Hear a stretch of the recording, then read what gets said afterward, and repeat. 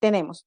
En el caso del estado sólido, chicos, esto lo hemos conversado en la semana número 2, en la que indicábamos que la materia podía adoptar determinado estado, sólido, líquido, gaseoso, y que estas partículas, para adoptar un estado, dependían de dos tipos de fuerzas. ¿Recuerdas? Las fuerzas de atracción y las fuerzas de repulsión.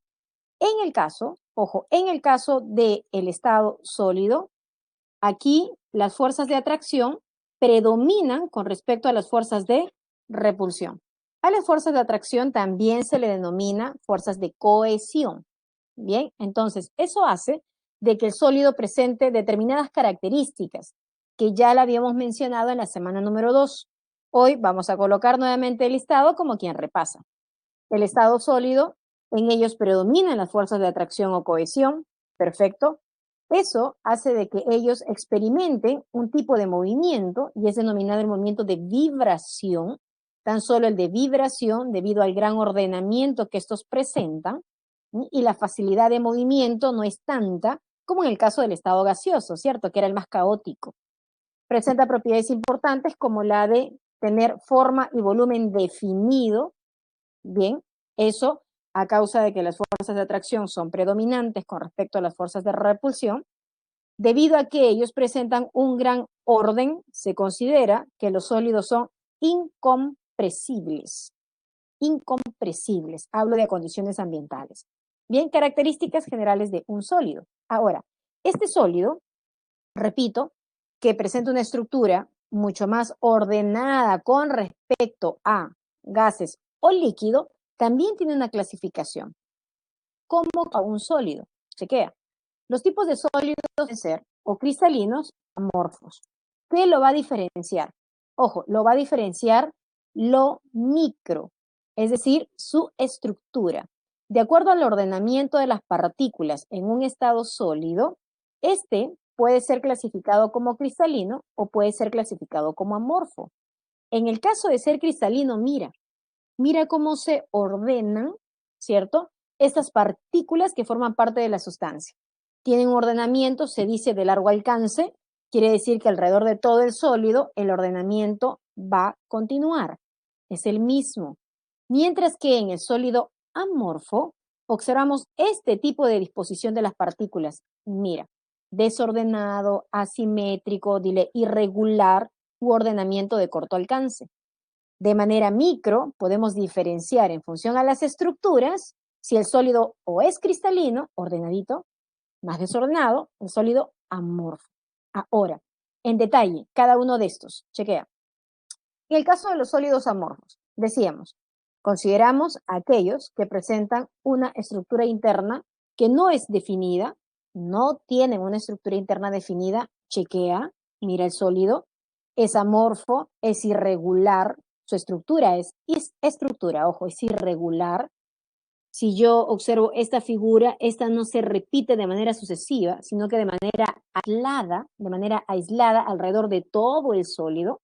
Eso hace entonces de que presenten un punto de fusión que no es definido.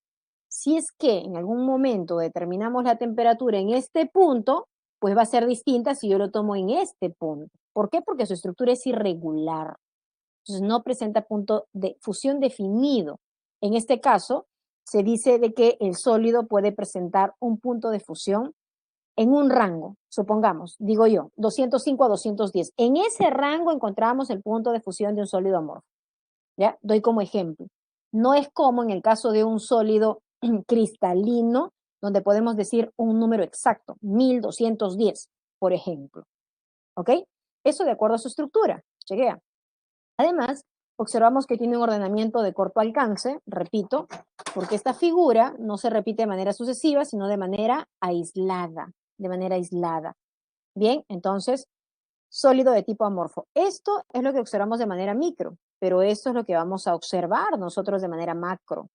Debemos de recordar estos sólidos amorfos comunes, ya que se mencionan comúnmente en las evaluaciones. Un sólido amorfo es el plástico, la madera, por ejemplo, el caucho, por ejemplo, aquí, o en este caso tenemos al vidrio. En el caso del vidrio, por favor, no confundir. Si bien el vidrio es un material translúcido o transparente, eso no quiere decir cristalino.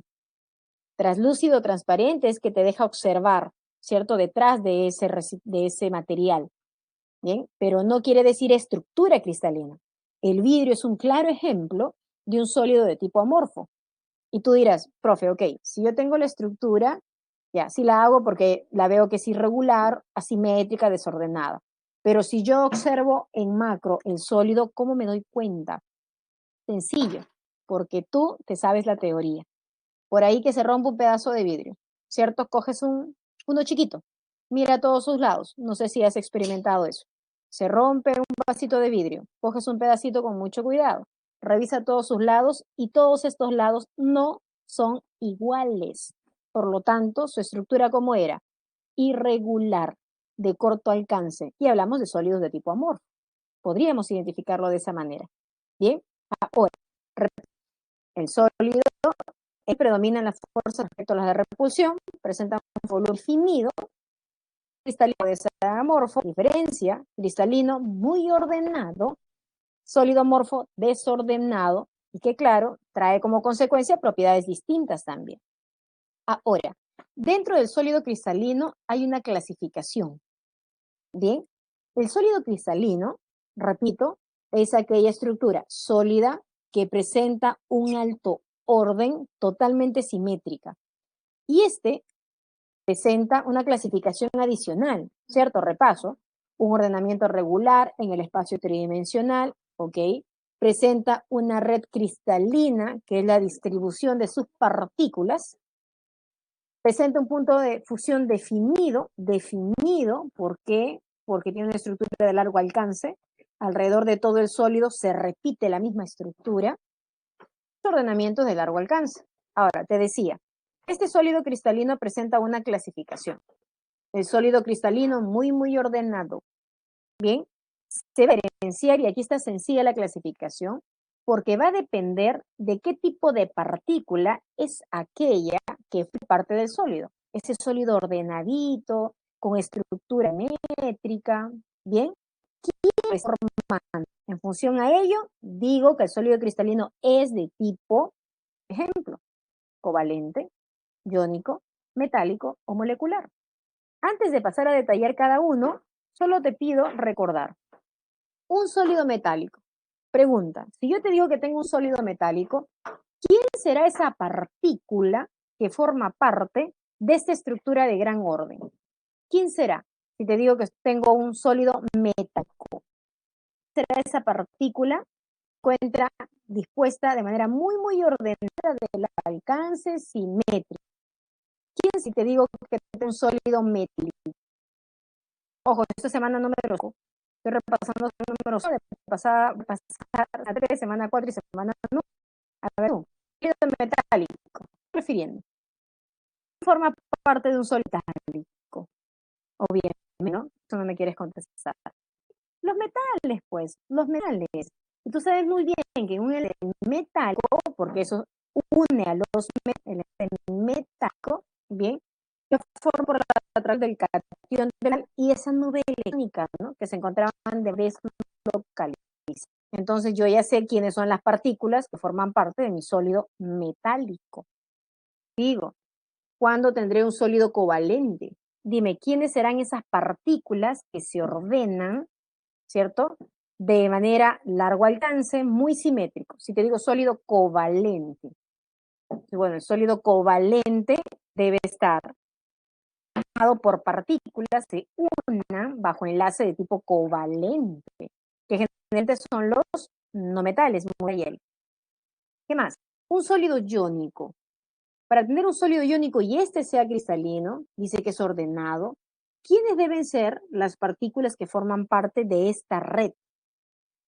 Metal y no metal. Ojo, bien, pero Andrea, Nayeli, ustedes saben que si el metal y el no metal se combinan, se genera transferencia de electrones. Entonces yo no tengo metal y no metal como tal, ¿cierto? ¿Qué tengo? Si hay transferencia de electrones entre metales y no metales, ¿qué se generó, muchachos? Sencillo, catión y anión, o sea, iones. Si tengo un sólido iónico es porque este se ha formado por iones. Sencillo, dime acá. Para tener un sólido molecular, ¿quién debe ser esa mínima partícula que se una a otra de esta manera, ordenada? Perfecto, Gabriel. Una molécula.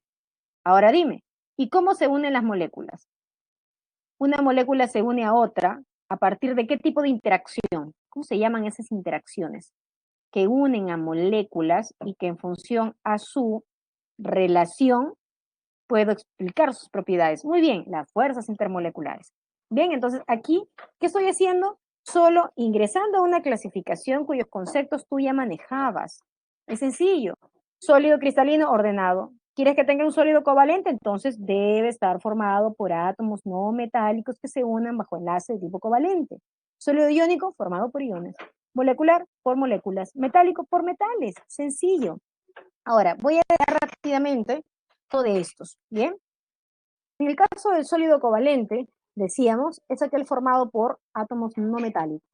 Y aquí tenemos el ejemplo de átomos de carbono, solo de carbono, que como tú observas aquí, se posicionan de manera ordenada. Esto sucede de manera micro, esto tú observas de manera macro, y hace de que este ordenamiento, este gran orden, ¿cierto?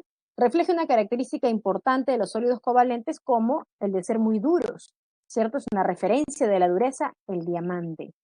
Malos conductores de la corriente eléctrica y del calor, ¿cierto? Debido a esa gran disposición que presentan, muy ordenado y la poca movilización de los electrones que pudieran.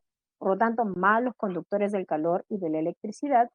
Este gran orden hace de que el punto de fusión del sólido sea alto. Recuerda, cuanto más ordenadita esté la estructura, más energía debemos de dar, a más temperatura yo debo de calentar para que él pase de un estado físico a otro. Por lo tanto, punto de fusión elevado. Eso corresponde a sólidos covalentes. Sólido iónico. Decíamos, bueno, está formado por iones, por ejemplo aquí. Yo tengo de manera macro, esa es la blenda, de manera micro, ellos se posicionan de esta manera. Tengo al sulfuro de zinc, ¿cierto? Y está formado por ion, cation, azul, anión. Llevamos gráfica, esa red que presenta, es una red cúbica, ¿cierto? Donde aparece en los vértices aparecen átomos de zinc y lo negrito corresponde al átomo de azufre, bien, que se posiciona en el centro de cada una de las partes del cubo. Bueno, en fin, no me importa que esa sea cúbica, si quieres tetraédrica, bipiramidal, la que tú quieras. Lo que me importa es que sea ordenada y pueda yo decir que es un sólido cristalino y que sus partículas son iones. Características especiales. Ojo, esto lo hemos visto en la clase pasada, semana 5. El domingo es tu examen, voy a repasar. Dame las características de los sólidos de tipo iónicos o los compuestos iónicos en general, ¿cierto? Semana 5. ¿Qué características recuerdas? A ver, escribe por ahí, espero esa lista. En la semana 5 decíamos, ¿no? Compuesto iónico característico, la sal de tu casa. Ese cloruro de sodio, la sal de tu casa. Muy bien, son solubles en agua, perfecto, una característica. ¿Qué más? ¿Te acuerdas que presentaban estructura, no sólido, estructura cristalina? Muy bien, estamos observando la clasificación. Ese gran orden permite, lo que Coraima nos comenta, tener altos puntos de fusión como la sal de tu casa, muy bien, arriba de 800. Perfecto, Gabriel, no conducen la corriente porque yo estoy hablando de un sólido iónico, Sandra, la solubilidad dependerá, es baja o alta, con quién yo compare y con qué solvente yo compare, ¿cierto? Pero puedo decir que son relativamente solubles en agua, relativamente, claro está. Muy bien, pueden ser apolares, cuidado. Cada vez que tú tengas positivo y negativo, como es en los iones, toda estructura iónica es polar. Toda estructura iónica es polar, ¿ya? Cuidado ahí, ¿ya? Me decían, no conducen la corriente eléctrica. Bien, entonces características, ¿no? A ver, voy a repasar. Duros y líquidos a la vez, ¿cierto? Malos conductores de la corriente, como por ahí me comentaron. Malos conductores, como dice Gabriel. Demás, presentan puntos de fusión elevado, ya lo decía Coraima por ahí. Ojo, estamos repasando. En el caso de las sustancias o de los sólidos iónicos. Repaso entonces. Cristalino, totalmente ordenado. Metálico, formado por metales, ¿cierto? Iónico, Covalente, formado por no metales. Iónicos, formado por iones. Y un sólido molecular, perdón, ¿me faltaba? Permíteme un momentito. Sólido covalente, ok, empecé en covalente. Tengo iónicos y ahora voy a hablar del metálico. Este facilito para ti. El sólido metálico está formado entonces ¿por quién? Por metales, pues. De manera macro observo al cobre. Aquí, de manera micro, mira, ve interesante la estructura del cobre. Cúbica también. Cúbica centrada en el cubo. Observas un átomo de cobre en el centro de todo el cubo. Bien, dice, bueno, pero eso no me importa. Lo importante es que sea ordenada, ¿cierto? Un sólido cristalino, entonces, en este caso, las partículas que se unen para formar esta estructura muy ordenada son cationes de metal fuertemente atraídos por la nube electrónica, descrito en base a un enlace de tipo metálico, ¿cierto? Eso le da características importantes. Repásame, por favor, las características de sólidos metálicos. Hemos hablado en la semana número 3, 4 y 5. Metálicos.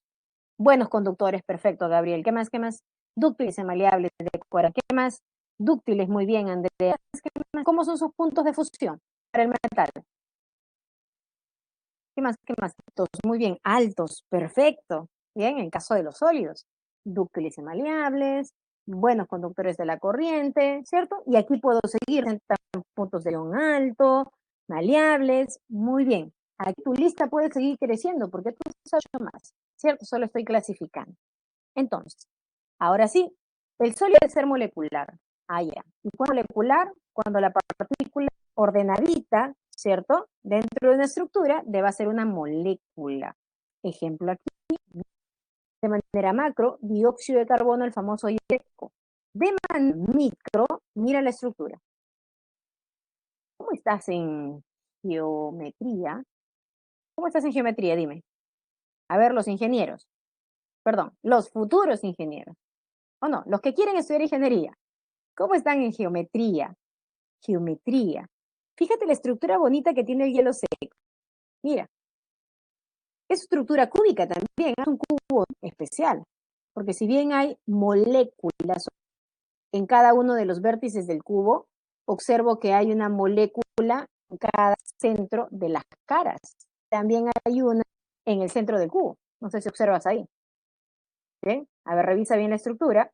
Entonces, otra vez me dirás, profe, pero no me importa que sea ordenada. Bien, pues aquí es cúbica, centrada en la cara, perfecto.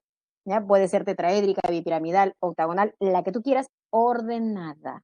¿Qué características especiales le da este gran orden cuando las partículas se unen? Dice, son blandos. Espérate. El sólido covalente era duro. ¿Por qué un sólido molecular es blando? Explícame. ¿A qué se debe? El sólido covalente está formado por átomos que se unen mediante enlace de tipo covalente. En el caso del sólido molecular, las partículas que forman el sólido son moléculas. Y yo pregunto, entre molécula y molécula, ¿qué tipo de interacción puede haber?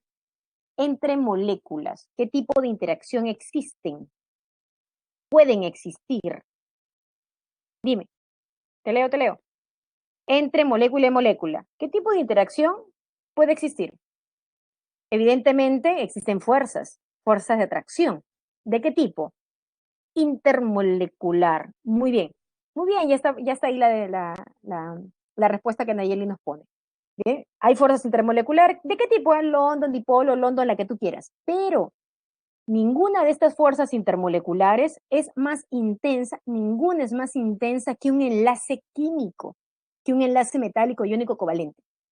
El iónico metálico covalente es mucho más intenso, es de mayor intensidad que cualquier fuerza intermolecular. Bien, lo que sucede de manera interna es más importante que lo que sucede de manera externa. Bien, entonces por eso es que estos son blandos. ¿Por qué? Porque a la mínima energía que nosotros le demos, rápidamente, ¿cierto?, pasa a ser blando o es blando, son malos conductores de la corriente y pasan a tener bajos puntos de fusión. ¿Por qué? Porque ese ordenamiento, si bien es importante y lo clasifica como estructura cristalino, las fuerzas con las que las moléculas están unidas son de tipo intermolecular y son débiles. Por lo tanto, rápidamente ¿cierto? Pasan de un estado a otro, puntos de fusión bajos. Bien, entonces, hasta ahí tenemos las características de los sólidos y su clasificación. ¿Ya? Para reforzar eso, ahí tengo esta preguntita. Los sólidos como el hielo, la sal común, el cuarzo, el diamante, el oro y la plata han despertado interés desde la antigüedad. No obstante, solo en épocas relativamente recientes se han llegado a conocer los fundamentos del estado cristalino. Claro, a medida que la tecnología ha ido avanzando, hemos podido observar de manera más interna, ¿cierto?, cómo era su estructura y en función a ello explicar por qué presenta una u otra propiedad. Bien, entonces, verdadero y falso para esto. ¿Qué me dices? Hielo seco, diamante y azufre, azufre 8. Mira, ve las tres sustancias que tenemos acá. ¿Son sólidos covalentes? Dime, ¿son sólidos covalentes esos tres? ¿Sí o no? Acabamos de trabajar, ojo, estoy reforzando. No, ok, falso. Muy bien. Dime quiénes son sólidos covalentes. Si me dices que eso es falso, sólidos covalentes, ¿quiénes son? Dentro de esos tres. Muy bien, solo el diamante, solo el diamante. Acá, si tú ves, tienes una molécula. Acá, molécula. Entonces, él es un sólido covalente, el único. Entonces, es falso la premisa de que todos sean. ¿El vidrio y el plástico son sólidos amorfos? Sí, no olvidar, vidrio, plástico, caucho, madera, sólidos amorfos. Platino, cobre, oro, ¿son sólidos metálicos? Recontra sí, ¿cierto? Son metales, sólidos metálicos. Clave C. Primera pregunta. Bien, clarito ahí. Con esto, chicos, termino la parte de sólidos, que me tocaba solo reforzar las características principales. De verdad que lo más importante es identificar o clasificar la parte de sólidos cristalinos. Bien, ahora sí, ingreso a esta segunda parte de la clase importante, que son los sistemas dispersos. Los sistemas dispersos lo hemos visto en la semana número 2, cuando dijimos que la materia en la naturaleza puede presentarse como una sustancia o puede presentarse como una mezcla. ¿Y qué decíamos? Mezcla, unión física de dos o más sustancias, ¿cierto? Que pueden presentar buena afinidad, poca afinidad o ninguna afinidad. Y de ahí lo clasificamos como mezclas homogéneas o heterogéneas. Pues bien, cualquier tipo de mezcla es un sistema disperso. Repito, el sistema disperso entonces es una mezcla en la que se encuentran dos o tal vez más sustancias, ¿cierto?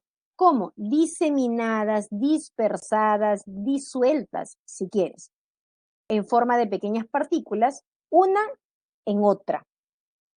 Bien, de manera general, los sistemas dispersos, si yo aquí en mi ejemplo considero que hay dos participantes, uno se denomina fase dispersa o fase discontinua. Se dice discontinua porque esta no se encuentra alrededor de toda mi mezcla, ¿cierto? Y la fase dispersante o continua, que generalmente es conocido, en el caso de soluciones, como el famoso solvente, ¿cierto? En este caso, fase dispersa y fase dispersante. ¿Cómo se identifican los participantes en un sistema disperso? De acuerdo a su proporción. Aquel que se encuentre en menor proporción, aquel que se encuentre dispersado, pues es la fase dispersa. Aquel que se encuentre en mayor proporción es el medio en el cual uno se ha diseminado, dispersado, disociado, se denomina fase dispersante o continua, o el medio dispersante. Bien, estos dos términos van a cambiar luego a ser soluto o solvente cuando hablemos solo de solución. De manera general, fase dispersa, fase dispersante. Ahora, los sistemas dispersos se clasifican de acuerdo al tamaño de partícula de esta sustancia dispersa que se intenta disolver en el medio. Y en función a ello, el sistema disperso puede ser una suspensión, puede ser un coloide o puede ser una solución. ¿De qué depende? Del tamaño de la partícula, esa que se intenta disolver en el medio.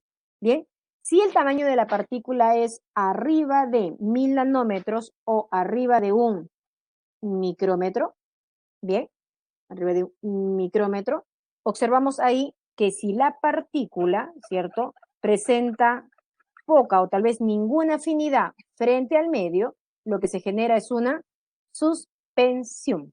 Suspensión.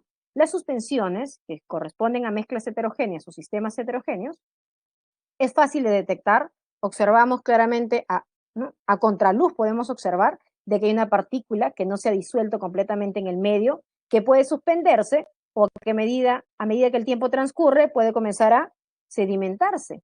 Bien, claramente una mezcla de tipo heterogéneo, visible. En el caso del coloide, el tamaño de partícula es más pequeñita, va de 1 a 1000 micrómetros, o perdón, nanómetros, ¿no? O un micrómetro, de un nanómetro a un micrómetro. Bien, la partícula es mucho más chiquita, pero no se logra disolver completamente en el medio. Por eso es que, otra vez, tenemos sistemas de tipo heterogéneos. Ahora, este tamaño de partícula ya no es visible, ya no puede ser visible ante tus ojos. Bien, y entonces de hoy en adelante vas a aprender a decir que no todo lo que tú ves es, ¿cierto? Tu ojo, entonces, tiene un nivel, ¿no? En el que se puede observar, pero no totalmente. Cuando el tamaño de partícula es mucho más chiquitita y no se ha logrado disolver completamente, estoy frente a un coloide. ¿Quién es un coloide? Ejemplo, gelatina. Ejemplo, mayonesa. Y tú dirás, profe, pero la gelatina, yo hago mi gelatina, la veo y digo, mezcla homogénea. A mí yo veo una sola cosa, no veo que nada, ¿no? Aparenta no estar disuelta en el medio. Pero eso es lo que tú ves. Pero vamos a llevar una muestra de gelatina al microscopio y vamos a encontrar ahí un polímero que no se ha logrado disolver completamente en el medio, cuyo tamaño va entre 1 a 1000 nanómetros. Por eso es que eso se clasifica como coloide y sigo estando en un sistema de tipo heterogéneo. Pero sí, el tamaño de la partícula es mucho más chiquitita que un nanómetro. Se entiende aquí entonces que la sustancia dispersa ha sido afín al medio.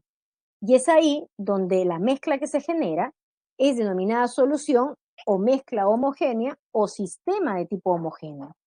Bien, nosotros vamos a dedicarnos a trabajar aquí, en las soluciones, Las soluciones, repito, son muy importantes, muchachos, muy importantes en las áreas A, B, C. Al final, en cualquier tipo de área, es importante, de acuerdo a nuestro contexto, cómo preparo mis soluciones, en otro, cómo dosifico o receto estas soluciones, estos medicamentos que pueden venir en soluciones, o como consumidor. Si yo decido comprar algo, yo debo de saber qué es lo que yo estoy suministrando, ¿cierto? ¿Qué es lo que yo estoy consumiendo? Hoy en día, la cultura de lectura no es tanta como se quisiera. Yo asumo que cada vez que tú quieras consumir un producto y va hacia tu cuerpito, entonces es importante leer las indicaciones que vienen en el recipiente, ¿cierto? En el envase. La tabla disque nutricional. Asumo que tú estés mirando y revisar y decir, bueno, esto, ¿cuánto azúcar tiene? ¿Cierto? Tiene, ¿cuánto de sal? ¿Cuánto de carbohidratos? ¿Cuánto de calorías? Las calorías que yo voy a consumir en este alimento son las necesarias, son más o menos. Asumo que tú lees, ¿cierto? Entonces, asumo de que leas, de que todos leamos. La pregunta es, ¿y entendemos cómo está escrito? ¿Cómo está expresada esas cantidades en este producto? Entonces, importante para quien prepara, importante para quien dosifica, importante para quien consume. O sea, para todos necesitamos interpretar, ¿cierto? Una de las soluciones básicas e importantes es el suero, por ejemplo. En el caso del suero, tú dices, bueno, el suero, agua y sal, agua y sal. Puedo identificar a mi fase dispersa, a mi fase dispersante. La pregunta es, ¿qué? ¿Cualquier cantidad de sal en el agua genera suero? ¿Suero que puede ser administrado a determinado paciente? Dime, o corresponde a una determinada cantidad. ¿Cualquier cantidad de sal disuelta en el agua genera suero? ¿Qué me dices? A ver, la gente que va al área médica debe saber por lo menos cómo se prepara suero. ¿Es independiente la concentración que tú suministres al paciente? Muy bien, Andrea, una determinada cantidad, claro, pero para eso hay que saber preparar, ¿cierto? E interpretar. No, claro, debe corresponder a una determinada proporción, porque yo necesito sanar a este paciente.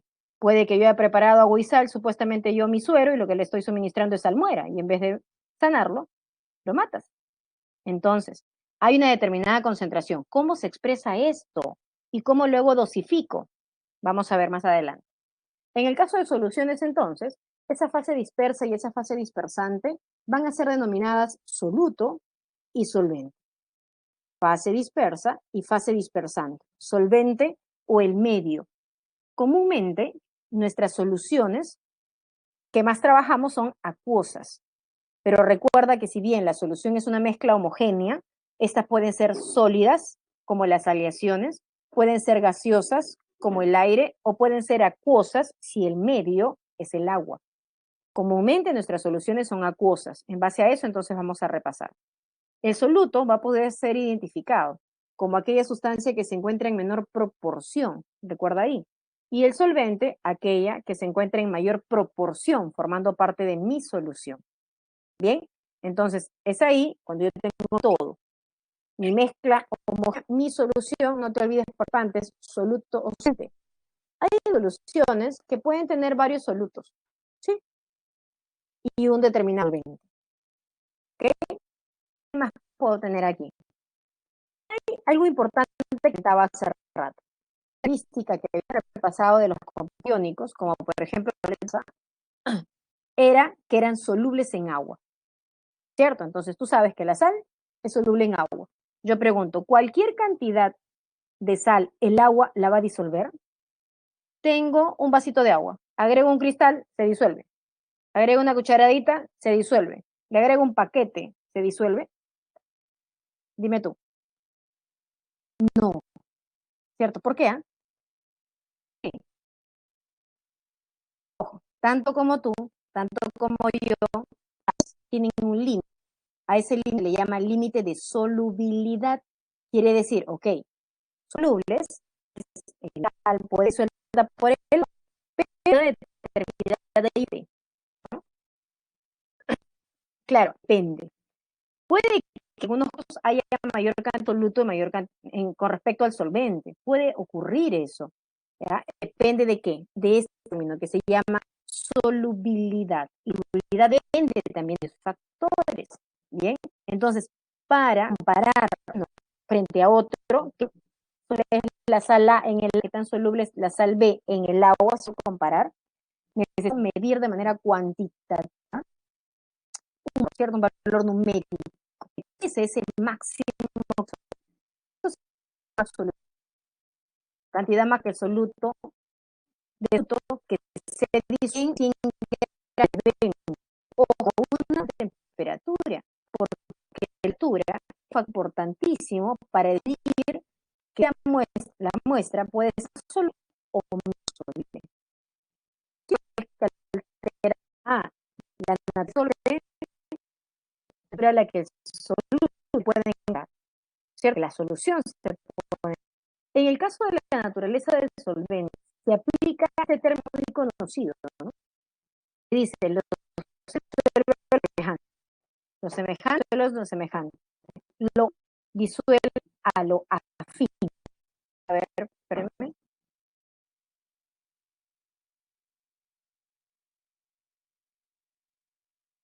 A ver, ¿confirmas, por favor, si se escucha mejor? Mejor, perfecto, sigamos. Entonces, lo semejante disuelve a lo semejante, lo polar disuelve a lo polar, apolar disuelve a lo apolar. Bien, en este caso, por ejemplo, te coloco aquí al metanol con agua. El metanol y agua, el metanol y agua presentan fuerzas intermolecular, son afines, el agua y el metanol pueden estar atraídos bajo puente hidrógeno, por ejemplo, ¿sí? Y entonces generar una solubilidad, ser solubles. En el caso del cloroformo y el metanol, cloroformo y metanol, medianamente polares ambas sustancias, también generan solubilidad. Entonces, lo afín disuelve a lo afín. Una característica que nos ayuda a identificar el grado de solubilidad de otra es la temperatura. Voy a colocar un ejemplo que todos hemos experimentado. 2 tazas de agua, una agua fría, otra agua caliente, y a las 2 le echo la misma cantidad de azúcar. Dime, ¿has experimentado en dónde se disuelve más rápido? Misma cantidad de agua, una fría, otra caliente, y agrego azúcar. ¿En dónde se disuelve más rápido? Muy bien, en la caliente. Explícame por qué. ¿Por qué en la caliente se disolvió más rápido, chicos? ¿Por qué? Aquí, a temperatura alta, en el caso de los sólidos, genera un mayor desorden, ¿cierto? Un mayor movimiento que hace posible la disolución rápida. Muy bien, depende de la temperatura. En el caso de los sólidos y líquidos funciona lo que nos comenta Nayeli. A mayor temperatura, mayor movimiento, por lo tanto, la solubilidad debe ser mayor como tú lo experimentas. Eso de manera general, porque van a haber otros factores cinéticos también que nos indican de que esto pueda variar de manera positiva o no. En el caso de la sal, también se observa, pero con menor nitidez con respecto a el azúcar comentado, ¿no? Que es mucho más visible para ti. En el caso de la sal, a medida que la temperatura aumenta, la solubilidad también lo hace, ¿cierto? Pero pequeño, porque ojo, en el eje Y yo tengo la solubilidad. En el caso del dicromato de potasio, a medida que la temperatura aumenta, mira, aumenta un montón. Más caliente, más soluble. Pero mira lo que pasa en el sulfato de cerio. La temperatura aumenta y mira qué le pasó a su solubilidad. Va disminuyendo. Entonces hay otro tipo de factores, ¿cierto? Generalmente, en el caso de sólidos y líquidos, al aumentar la temperatura, aumenta la solubilidad. Caso contrario, pasa con los gases. Mira. Al aumentar la temperatura, mira, la temperatura aumenta. Al aumentar la temperatura, la solubilidad baja. Mira la del oxígeno y mira la del metano. Disminuye la solubilidad, ¿cierto? Entonces aquí el grado de dispersión va disminuyendo. Bien, de manera general, entonces digo, si yo hablo de sólidos, ¿cierto? Que se disuelven en determinados líquidos, que es común hablar de soluciones acuosas sobre todo, a medida que la temperatura aumenta, generalmente la solubilidad aumenta. Bien, ahora, voy a clasificar a esas soluciones. Las soluciones se clasifican de dos maneras. De acuerdo a la disgregación del soluto, de acuerdo a quién se disuelve en el solvente, bien, o el tipo de soluto, las soluciones pueden ser dos. Pueden ser iónicas o pueden ser moleculares. Esto es bien sencillito. Ojo, dice que de acuerdo al tipo de soluto. Entonces, ¿cuándo tendré una solución iónica?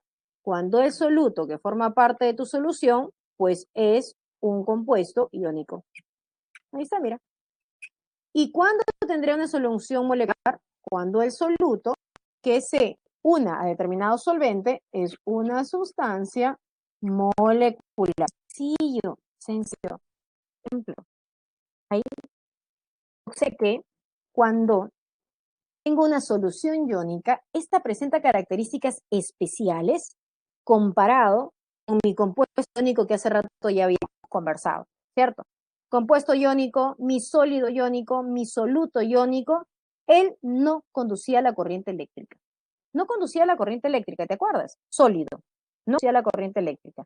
Pero si mi compuesto iónico, ¿cierto? Se disuelve en determinado solvente, ejemplo agüita, ahora lo que yo tengo es una solución iónica, pregunta, ¿y esta solución iónica conduce la corriente eléctrica? ¿Qué dices? ¿La solución iónica conduce la corriente eléctrica? Mira incluso el experimento y mira el foquito. Dice, bueno, prende mi foquito, claro que sí, conduce. Entonces, se genera lo que se conoce como el famoso electrolito. ¿Te acuerdas de ese término? Electrolito, aquella sustancia o solución muy buena conductora de la corriente eléctrica. Ahí está. Eso es característica de las soluciones iónicas.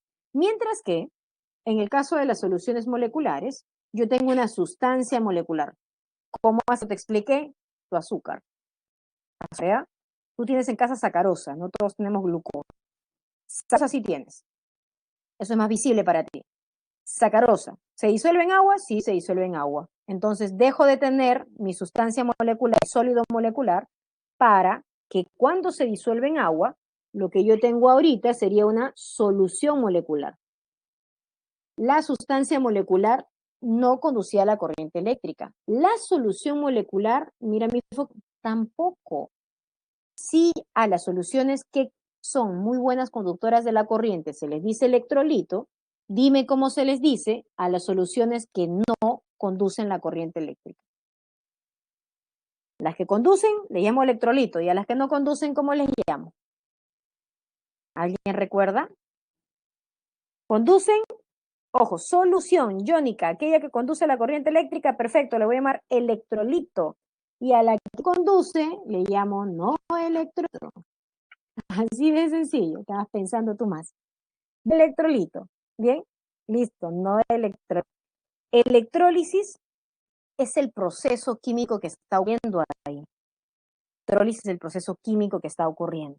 Bien, yo me estoy refiriendo a la solución. ¿Qué tipo de solución tengo? Iónica. ¿Cómo le llamo? Electrolito. Para generar electrólisis debo tener electrolito. Bien, eso lo trabajamos en la siguiente semana. Entonces acá sencillo, chicos.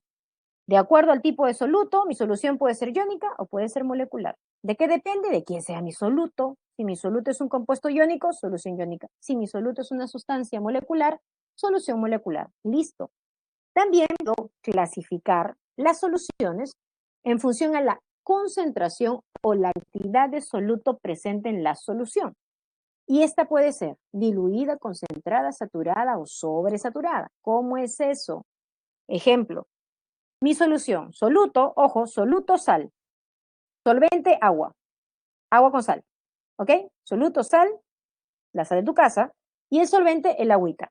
Cuando tengo una solución diluida, por ejemplo, 1 litro de agua y una pizca de sal, 1 litro de agua y una pizca de sal, ¿cómo es la cantidad de soluto con respecto a todo el solvente? Pequeñita, pequeñita. Es ahí donde yo tengo una solución diluida. Pero a medida que voy agregando más sal, voy agitando y la solución se va concentrando, se va haciendo más rica en sal. Va a haber un momento en que yo a medida que agrego sal, agito, se disuelve, la voy concentrando, la voy concentrando. Agrego un cristalito más y el cristal cae. Agito y el cristal cae. Te está diciendo que la solución llegó a ser saturada. ¿Cuándo la solución es saturada? Cuando la cantidad de soluto presente es la máxima que el solvente puede disolver. O sea, el agua ya no quiere saber nada más de sal. Ya disolvió todo lo que pudo, llegó a su límite. Es ahí cuando tengo una solución saturada, a la cual se le denomina salmuera. La salmuera es una solución saturada de agua y sal. No es cualquier agua salada, no, es una solución saturada. Contiene la cantidad de soluto máxima que el agua puede disolver. Ahora, ¿qué sucede si yo tengo una solución saturada y encima le agrego más sal? Agito, aparentemente se disuelve. Dejo de agitar y toda la sal se asienta. Entonces ahí digo, ya, a ver, perdón, pero aquí ya no hay solución. Tengo un sólido asentado en un líquido. Entonces acá yo tengo una mezcla heterogénea, profe. Claro. Para yo tener una solución sobresaturada, para empezar, solución, ¿qué debo hacer? Ojo, tengo sal abajo, líquido arriba, ya no se puede disolver. ¿Qué tal si la caliento? ¿Qué te parece? Si yo calentase esa mezclita, dime, ¿ese exceso de sal se solubiliza o no se solubiliza? A medida que la temperatura aumenta, en el caso de la sal, mejora su solubilidad. Si yo la caliento, la solubilidad mejora y ese sólido desaparece y forma una solución. ¿Cómo le llamo a esta nueva solución? Sobresaturada. ¿Por qué? Porque tiene más de lo que él pudo disolver, pero le damos la condición para presentar un sistema homogéneo. Bien, ahora, siempre está sujeto a qué? A temperatura, ¿cierto? En el caso de las soluciones acuosas, presión, por ejemplo, en el caso de los gases, etcétera. Hasta aquí, de manera cualitativa, yo podría decir, sé cuánto hay de sal, poquito, más o menos, lo máximo, mucho más, de manera cualitativa. Pero necesitamos, de manera cuantitativa, saber exactamente cuánto de sólido hay. Por lo tanto, nos pasamos a representar esas cantidades, ¿cierto? En unidades, ya sean físicas o químicas. Las unidades físicas de concentración, ¿bien?, nos ayudan a saber exactamente cuánto de soluto hay presente en la solución, dado que todo tipo de expresión relaciona en el numerador al soluto y en el denominador a la solución. Cuando hablamos de unidades físicas, estas son 3, bien, las estoy presentando aquí tan solo con ecuaciones porque más adelante hacemos los ejercicios y las aplicaciones. Puedo expresar en porcentaje en masa. Hay quienes colocan esto, hay quienes colocan solo así, da igual. Porcentaje MM, porcentaje M, porcentaje en masa. No te olvides que arriba en el numerador va el soluto y abajo va la solución. Y además, que si yo digo masa de la solución, esto corresponde a decir masa del soluto más masa del solvente. Mis dos participantes, soluto y solvente. Bien. Si yo expresara en porcentaje en volumen, por ejemplo aquí, puedo expresar así porcentaje BB o porcentaje V, así.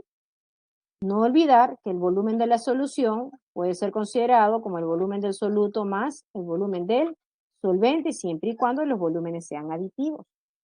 Así como yo expreso en porcentaje en masa, puedo expresar en porcentaje en volumen y también puedo expresar en porcentaje en masa-volumen. Repito, arriba soluto, abajo solución. Solo que aquí hay que tener mucho cuidado. Cada vez que hablamos de porcentajes, los porcentajes son datos adimensionales, o sea, no traen unidad, pues. Y si no traen unidad, tú tienes que tener cuando reemplazas.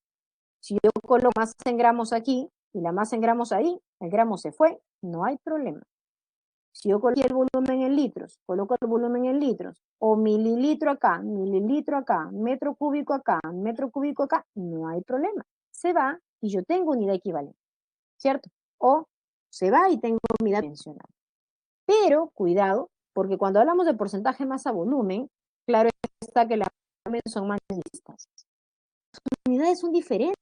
Como yo aprendo que vayan, que me dé este porcentaje y sea adicional. Aquí, esta observación.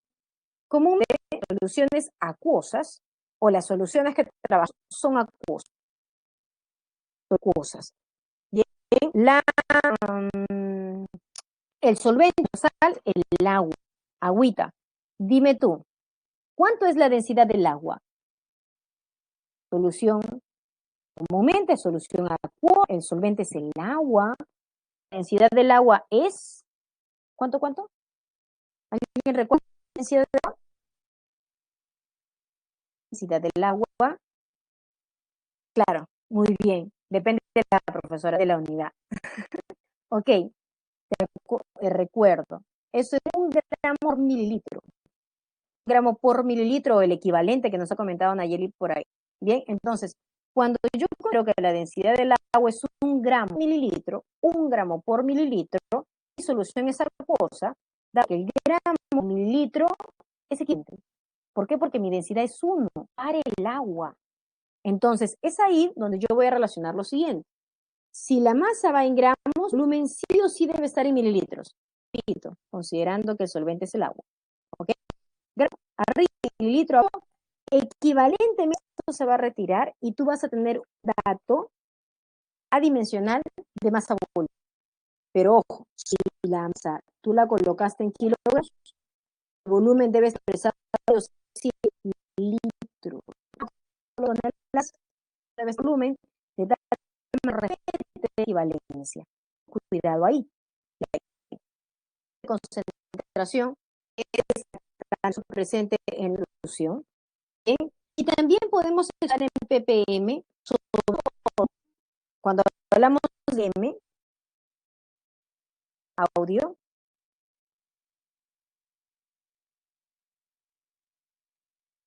a ver, cuando hablamos de ppm, esta expresión se utiliza cuando las concentraciones son muy pequeñitas. Si la concentración es muy pequeñita, hablamos de ppm. Quiere decir que la masa del soluto va a estar expresado en miligramos y el volumen en litros. Cuando la masa del soluto es muy chiquitita, se expresa en miligramos entonces, y el valor de ppm es, baja mejor la parte numérica. Cuando las concentraciones son muy diluidas, ¿sí? La solución está muy diluida, se utiliza el factor de ppm. Bien, unidades físicas. Me paso. Las unidades también pueden ser químicas. Y aquí solo tenemos dos. Solo dos. Unidad química, vamos a hablar de la molaridad primero, y corresponde a lo siguiente. La molaridad expresa otra vez soluto arriba, solución abajo. número de moles del soluto con respecto al volumen de la solución. Además, en base a la clase de estequiometría, recordamos que el número de moles de soluto es masa con respecto a masa molar. Voy a reemplazar entonces. La molaridad va a ser calculada ¿cómo? Reemplazo el número de moles de soluto. Masa del soluto con respecto a la masa molar del soluto, que es un dato que siempre nos dan, con respecto al volumen expresado en litros. De tal manera que la unidad de la molaridad debe ser esta. Mol por litro. Mol por litro o lo que tú le dices molar. Eso quiere decir lo siguiente. Ojo, si yo tengo ácido clorhídrico 1 molar, significa de que en 1 litro de solución hay una mol de ácido clorhídrico. Eso es lo que necesitamos representar. Nuevamente, si yo tengo hidróxido de calcio, 0,1 molar, significa que en 1 litro de esa solución hay 0,1 moles de hidróxido de calcio. Bien, esa representación es simplemente. ¿Ok? Listo, ahí me voy a quedar. Son 11:55. Ya, voy a parar un ratito la grabación. Bien, chicos, continuamos. Avísenme, por favor, si están escuchando bien. Confirman, por favor. Sí, espero haya mejorado. ¿Me confirman? Nos quedamos en expresiones cuantitativas en unidades químicas, y habíamos empezado con, o nos quedamos en, la molaridad. Bien, la molaridad como unidad química, relacionando el número de moles con respecto al volumen de la solución. Y tan importante es esta acción, ¿cierto? O sea, entender qué significa 1, 2, 0,5. Se expresará en